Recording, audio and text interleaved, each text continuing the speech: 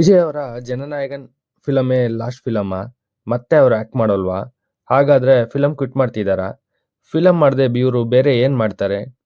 ಮತ್ತೆ ಹಾಗಾದ್ರೆ last film update ಏನು? ಇದನ್ನೆಲ್ಲ ನಾವು ಈ ವಿಡಿಯೋಲಿ ನೋಡೋಣ ಬನ್ನಿ.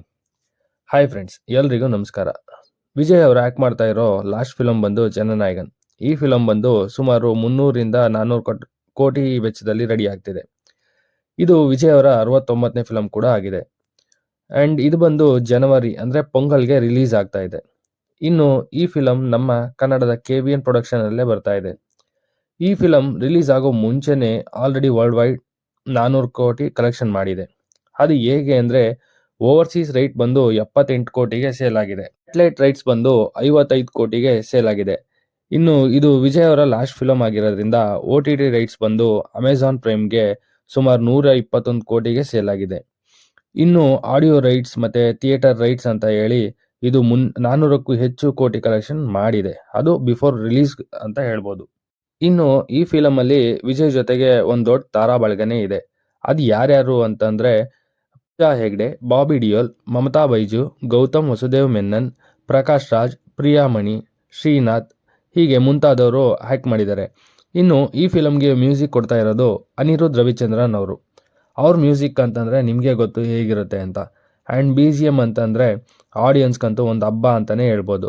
ಆ್ಯಂಡ್ ಇವರ ತಲಪತಿ ಕಚೇರಿ ಸಾಂಗ್ ಬಂದು ಆಲ್ರೆಡಿ ಹಿಟ್ ಕೂಡ. ಈ ಫಿಲಮ್ ಬಂದು one of the most expected PAN India film ಆಗಿದೆ.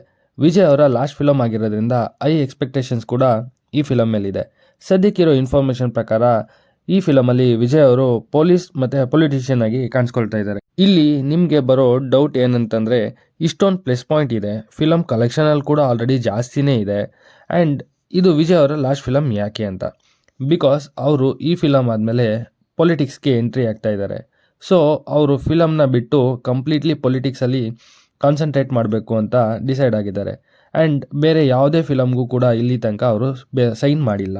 ಸೊ ಜನನಾಯಕನ್ ಬಂದು ಇವರ ಲಾಸ್ಟ್ ಫಿಲಮ್ ಸೈನ್ ಮಾಡಿರೋದು. ಆ್ಯಂಡ್ ಮೋಸ್ಟ್ಲಿ ಇದೇ ಅವರ ಲಾಸ್ಟ್ ಫಿಲಮ್ ನಾವು ಥಿಯೇಟ್ರಲ್ಲಿ ಹೋಗಿ ನೋಡೋಕ್ಕಾಗೋದು ಅಂತಲೂ ಅನ್ಸುತ್ತೆ. ಇನ್ನು ವಿಜಯ್ ಅವರ ಪೊಲಿಟಿಕಲ್ ಲೈಫ್ಗೆ ಬರೋದಾದರೆ ಅವ್ರದ್ದೇ ಆದಂಥ ಒಂದು ಹೊಸ ಪಕ್ಷನ ಕಟ್ಟಿದ್ದಾರೆ.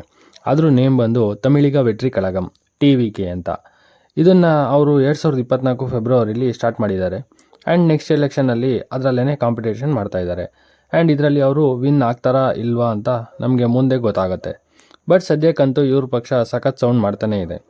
ಸೊ ಇದೇ ರೀಸನ್ಗೆ ಜನನಾಯಕನ್ ಬಂದು ವಿಜಯ್ ಅವರ ಲಾಸ್ಟ್ ಫಿಲಮ್. ಮುಂದೆ ಮತ್ತೆ ಫಿಲಮ್ ಇಂಡಸ್ಟ್ರಿ ಕಡೆ ಬರ್ತಾರಾ ಆರ್ ಇಲ್ವಾ ಅನ್ನೋದು ಕಾದು ನೋಡಬೇಕಾಗಿರೋಂಥ ಒಂದು ವಿಷಯ.